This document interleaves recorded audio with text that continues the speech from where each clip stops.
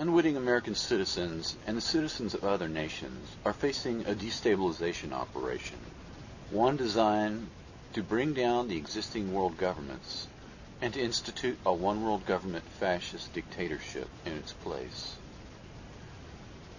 Just prior to World War II, Orson Welles' radio program, The War of the Worlds, was broadcast along the eastern seaboard. People were thrown into a panic, actually believing that they were being invaded from Mars. This was an accidental destabilization operation. After the war, the UFO cover story was used as a smokescreen, a psyop, to screen the development of experimental U.S. aircraft, as well as human experimental subjects being abducted from the community.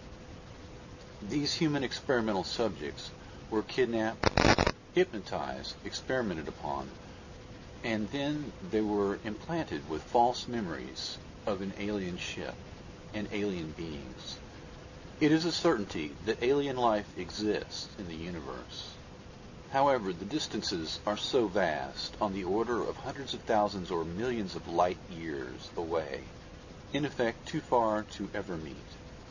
The least complex answer to the UFO question is UFO sightings are a combination of natural phenomena such as ball lightning, produced when granite rock is placed under great stress, hoaxes, and a military psychological warfare operation, the longest running one in history, that is designed to cover up human experimentation by abducting people in the community and implanting them with false memories.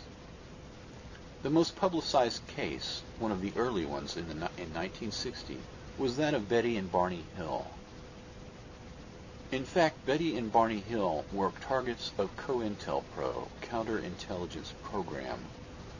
This program was aimed at domestic dissidents, infiltrating the civil rights movement, the women's rights movement, and the anti-war movement, breaking up the movement, breaking up the organizations from within, and if necessary, assassinating the leaders.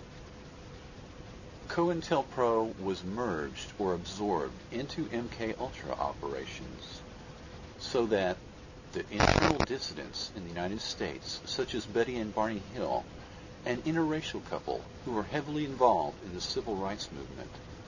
This was a COINTELPRO profile. They fit it perfectly. These two people were turned into human experimental subjects by the military intelligence operation. They were abducted, experimented upon, hypnotized, and implanted with false memories of an alien abduction to screen what had really happened to them. Project Bluebeam was an Air Force experiment that took place in India.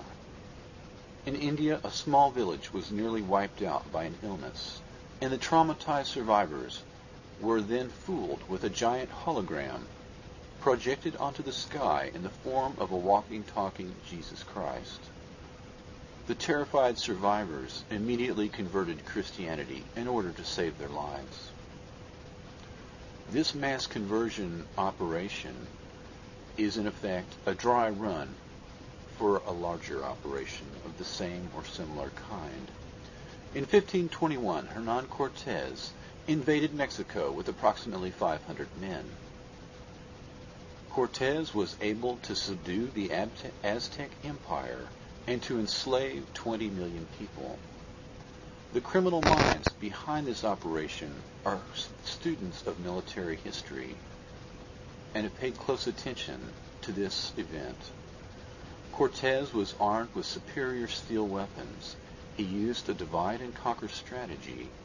There was a case of accidental biological warfare when smallpox decimated the ranks of the Aztec army.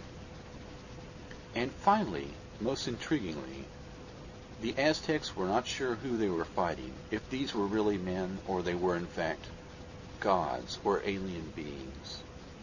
The military intelligence professionals who are experts at psychological warfare currently possess all of these elements. These men possess speed-of-light weapons that are able to defeat any known battlefield technology, including tanks, planes, and missiles. These men also possess Chimera virus and other biological weapons for which the human population has no resistance to.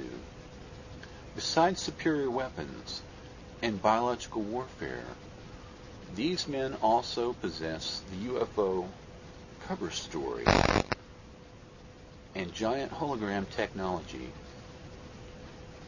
When the traumatized survivors of Earth are confronted with a giant hologram fleet of UFOs overhead, and extremely low-frequency technology signals speak to every human being simultaneously over the planet, they will capitulate.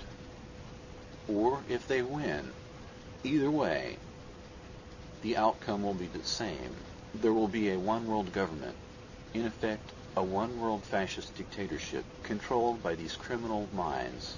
In order to defeat this artificial clash of civilizations, I hope that you will join me in a passive resistance campaign against these men and their terrible weapons, and together we may retain our destiny again one day in our own hands.